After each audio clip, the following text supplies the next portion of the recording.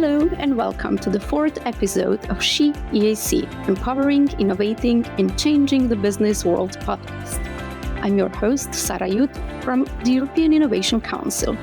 In this podcast, we are addressing topics relevant to women entrepreneurs by bringing to the forefront successful EIC women leadership participants and EIC awardees. An ally in this journey is the EIC Business Acceleration Services, helping EIC-backed businesses scale through a range of services tailored to their needs. Among them, the EIC Women Leadership Program is the ultimate destination for women in innovation who want to take their careers to the next level. The program supports women researchers, aspiring leaders, and entrepreneurs from the EIC and EIT communities firmly positioned in their leadership role. In today's episode, we will explore the topic of mastering the art of fundraising. And here, I'm pleased to introduce our speakers.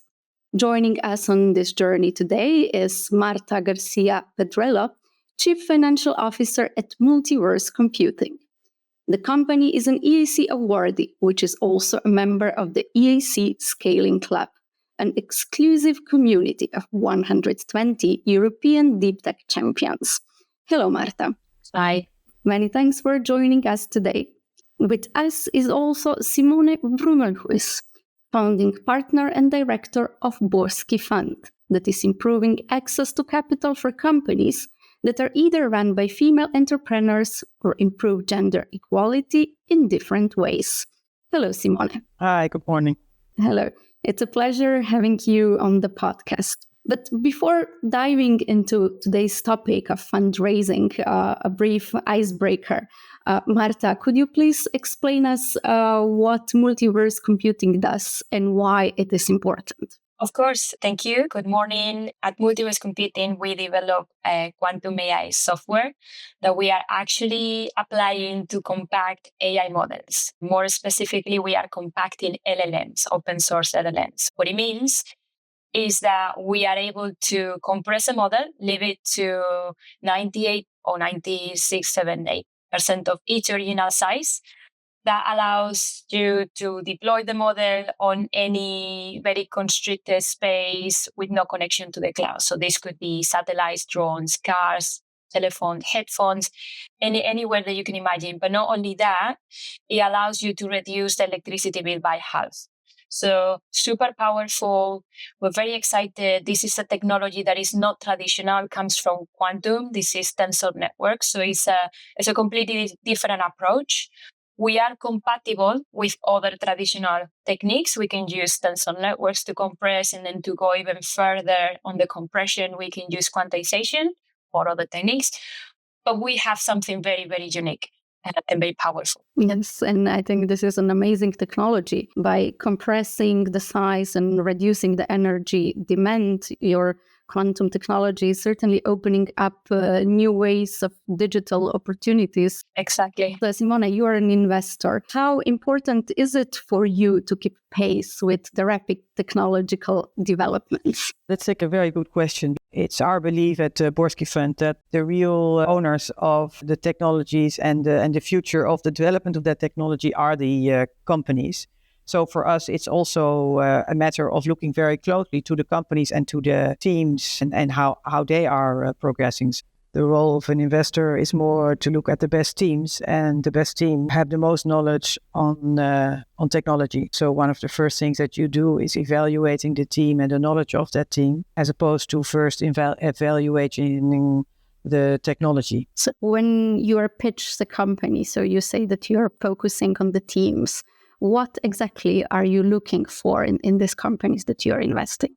So there's a hygiene factor, which of course every company needs to fulfill in order to be investable in a VC case. So, the market in which they are working in should be big. So that is the first thing that you look at. Is there a problem in that market? But even that, sometimes it's very difficult to understand still the problem, because the problem might evolve a bit later.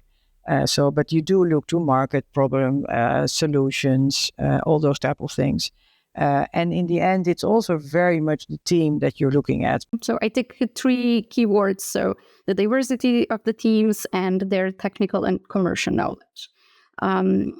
Getting back to Marta, as Chief Financial Officer, you are engaged in numerous fundraising activities. So looking into your experience as a female fundraiser and pitcher in a rather men-dominated world, both when it comes to technology and investment. What is your experience? Yeah, that's a very good question. Maybe let me go back just to explain very quickly. My background, I worked in London in corporate finance and investment banking for almost 10 years, and it's very men dominated as well. So maybe jumping into fundraising for Multiverse, I wasn't shocked. Maybe, it was a bit of like moving from one thing to another, but very men oriented. So, it's a good experience. I think as long as you feel confident in what you're pitching, you're passionate and you are engaging when you go out and pitch to an audience, you are exactly like anyone else, so I don't know, my experience is good. I had a good experience. I hope that many listeners, especially the female listeners and founders in our audience, can also relate to your experience. But yet the data that we have show a different picture. So according to PitchBook, for example, female founders found it really challenging to access capital, since they only receive about 2% of venture capital. And Simone, at Borski Fund, you are committed to increase this percentage, and you're committed to change the fundraising experience for women. So maybe from your perspective, why is this number still so low? We are all talking about the importance of diversity, but this is not reflected in the capital that goes to female-funded ventures. First of all, we need the whole workforce to come up with solutions to big problems in the world. So that's the first thing. And that's why you really want to finance all types of teams. And if you have 2 women thinking about a problem that they want to solve, that might be another problem than 2 men who are coming together and want to solve a problem, or a diverse team. So the mixture of men and women are coming up with different solutions to different problems. And that is, I think, the main thing, and different perspectives. So that is the main thing why we think that any good solution to a problem should be financed. And the most obvious thing is of course in women's health, for example. For a long time, there were not a lot of women involved in entrepreneurship, for example, on the part of the women's health, which also meant that a lot of especially female aspects of health were not diagnosed, there were no solutions for that. And what you do see is that you see more and more women entering that field and trying to get financing for those solutions. But that is quite new for the industry. Imagine that you have a solution in a space like the women's health, and you come to a fund where they, until that time, they didn't have that kind of a problem that they saw that needed to be solved. That's one thing. A lot of new things come to market now, which haven't come to market before, because the teams were most of the time male-oriented. Definitely. Women definitely have to have a say in innovation that is coming up, so that it equally benefits the whole society, But my question is why this is not understood by VCs yet. So why this is not reflected in increased funding? You're doing an amazing job at the Borski Fund, but we hope that more funds will follow. Yes, because it goes very slowly. Because if you want to change the ecosystem, then you need to be persistent. If you, there are only a few funds who have that focus. It's only very recently that we put data together So it takes time to get people on both sides of the table. It takes time to get solutions from an ID stage to a VC investable stage. So it also takes time, and with more and more focus and more LPs and, for example, the EIF and the EIC, who now have that focus on investing much more in those type of investments, it will get better. But we need a lot of co-investors, we as well, to get those funds and those funding rounds structured. What we see is that the investment landscape is also rather conservative. So indeed, what you're saying, it takes time. So getting back to Marta and your fundraising experience. So when you're talking to investors, how do you approach them? So what kind of strategies are you applying when preparing your pitch and negotiating with investors? Yeah, I think that there's probably 4 very important strategies, so things that we have learned here. Fundraising is building relationships. So try to be seen as much as you can in person. Obviously, be selective on what events you go to, but try to, besides the online meetings, which are very convenient, obviously, try to be seen and get to meet the investor in person and start building a relationship. Even if you get a no, you're going to get many no's, too many. If you try to meet up with that investor afterwards and find out exactly why, because sometimes, they say something on an email, but when you meet them, they give you more details, are super helpful to either reshape the story, explain things better on the deck, something that was missing on the data room, anything. And it's super helpful. That's going to help you a lot. And have a very clear and easy story. Try to make it sound like a storytelling, something that people are going to remember. And be organized. I'm not the most organized person. Now we have a CRM. So you know who you have spoken to, what was the last conversation like, what was the focus of the conversation, what they were worried about. So you have all that information, you remember that very quickly, and then you can continue with the conversation. It's very good to keep up with those relationships. So those 4 things, I think, are the most important, I guess. I think that one of the great lessons that you have shared is that no is doesn't necessarily means no. What many women tend to experience and take it rather negative, like to close the door, but this is not necessarily. It's what you have said, that it's an invitation to explore further the feedback and other possibilities, not for collaboration or investments or getting introduced to another investor. Exactly. That's super important, and you never know. We had, an investor saying no on the previous round that is now in this round. So a no is no on that moment for many circumstances, but it could be yes in the future. It's the most important lesson, I guess. And like you said, even if they said no, they can connect you to another investor because it might not be their fit, but it might be someone else's fit. And if you get connected to the either partner level or with that kind of level, it's a different entry point to that BC. So yeah, a very, very important lesson. Your strategy and tips that you have shared certainly seem to work, because we know that Multiverse Computing is one of EIC-backed most successful companies on a steady growth. Since its set up in 2019, the company has grown to more than 150 employees and has received over 100 million euros of funding. So that's why the company is also part of the EIC Scaling Club that we have mentioned at the beginning, of 120 European tech champions. So my question would be how this EIC Business Acceleration Service, this community, the club, helps you build relations with investors and build your investment horizon.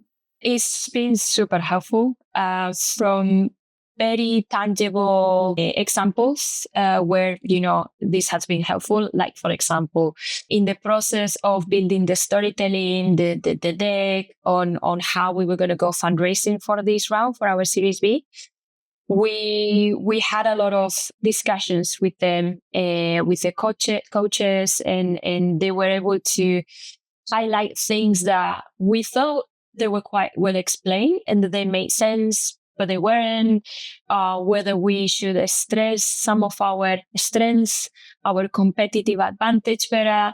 So it was tough because obviously you're put in front of experts and coaches and you have to defend your story. But it's a very good exercise because you may think that you are explaining things in a way that is easy to understand, that you are highlighting your potential, and maybe you're not at all. So that was a very good exercise, very tangible because, but besides that, obviously it's been helpful in the sense that we have been connected to other potential partners, investors, other companies of the EIC Scaling Club. So with a few, we are now collaborating, and there are very exciting things that could come out of those collaborations. So yeah, it's just the ecosystem. Yeah, very helpful. It's great to hear about your positive experience. And it's interesting what you're saying, that you have addressed things that you thought that worked well, but obtaining an outside perspective, you're still able to improve. But more importantly, indeed, the action is helping you build relations with fellow entrepreneurs, so to see success stories and also to reach out to investors, so to build this long-term relationship with investors that we have referred to previously. So indeed, networking is clearly important, but not so tangible part of fundraising. Simone, you are encircled by probably many companies that are approaching you through different channels. Can you share some key strategies that companies should follow to build relationships with investors, and more importantly, also to build confidence? So a trusted relationship is probably what matters, especially for women-led companies. So a lot of companies at Borski Fund, we invest in companies sometimes where we know the entrepreneurs already for a long time. And I think that a lot of VCs are probably doing the same.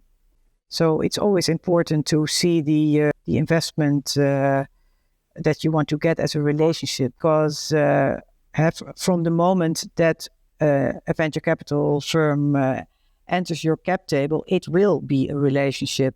And you can't start a relationship from the moment that you are at the cap table. You should really start it beforehand. So that really works if entrepreneurs keep us up to date on their achievements. We accept cold calling. There are VCs who do not accept cold calling. They always want a warm introduction.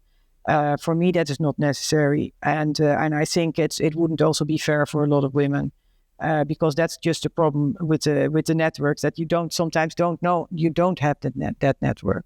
But if you start a relationship with a venture capital, then you should know how it works. So you should know how a venture capital firm works itself. There are analysts, there are associates, there are partners, there is an investment committee, and that's a process that venture capital firm is going through. So as a female entrepreneur, you should know, where are you in that process? With whom do you need to speak? Do you need to talk to the analyst at that moment and convince the analyst so that the analyst brings it to the partner meeting? Or is it already fine to talk to the partner and that the partner itself brings it to the IC? So that how does it work in that particular VC? So that's one thing. The other thing is talk about what you have achieved and what your grid is and what you see and how is the market. Talk about how do you want to construct your round. Of course, we all want to be in super competitive rounds, but a lot of rounds nowadays are not that super competitive. It's hard work to put a consortium together, and you could even assist the VC firm in talking about, this firm would really make sense with that firm in order to get that consortium together. Then you also have to know, and maybe the last thing I say is at what stage does the VC firm invest? And it could very well be that for us, for example, we invest in seed stage, but it doesn't mean that we don't want to get to know the company in a pre-revenue phase, so that we at least understand how that journey is going and when they will be ready for our investment criteria. So in that respect, it's much more than only a pitch. I know that at some instance your pitch should be perfect. A pitch which is perfect but it doesn't get any follow-up, or a pitch which is perfect but it seems that it's off the criteria that we are reviewing, that also doesn't make any sense. Yeah. So what I understand, the fundraising task starts much before the fundraising. So by identifying first the right match and then building a reliable relationship with the fund, expressing your commitment. Many thanks, Simone. Those were the words for entrepreneurs. On the other side, coming to VCs, what would you say to VCs who believe that they are funding the best ideas regardless of gender? Yeah, I think that then we have entered an ideal world. That I would say.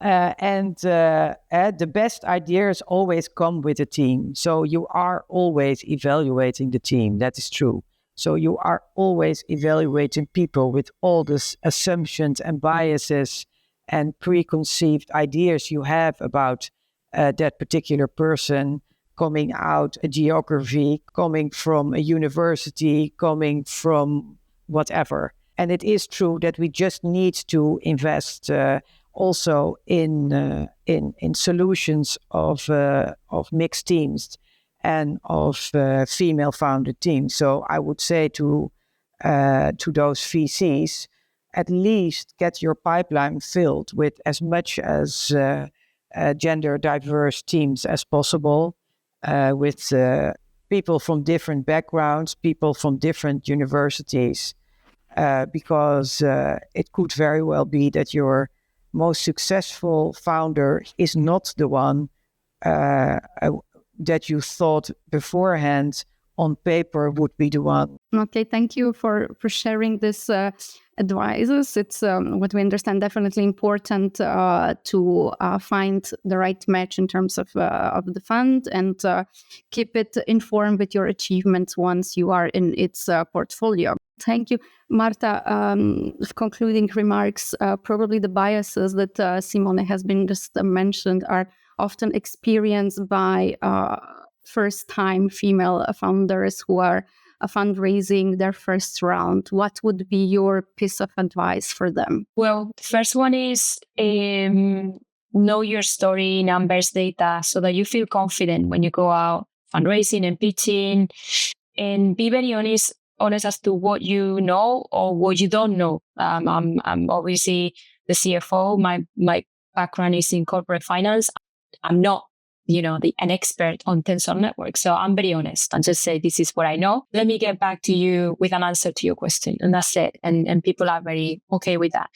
Be strategic about who you speak to. Like, try to identify early on if an investor would really go on analyzing and doing work, because your time is precious. And fundraising is super hard. It's like a roller coaster kind of thing. You're going to get many no's. And sometimes you're not going to see the light at the end of the tunnel. So surround yourself by a team that understands what you're going through and that is able to, or is there for you for a chat, that supports you, that pick you up when you need to. That's also very important. So yeah, I would say those three things. I think those are the great concluding words, that we need the community of people around that are positive and that keep us up even in cases when we are down, so that we keep insisting on our way, because eventually certainly some doors will open sooner or later. So with this, I would like to conclude and thank you to both our speakers, Simone and Marta, for sharing your insights and experiences today. Those are definitely invaluable to other women innovators, whether they are just starting out their careers or they have already carved a successful path in this world of deep tech. And to our listeners, thank you for tuning in today, and we look forward to welcoming you back for the next episode of SheEIC Empowering, Innovating, and Changing the Business World podcast next month.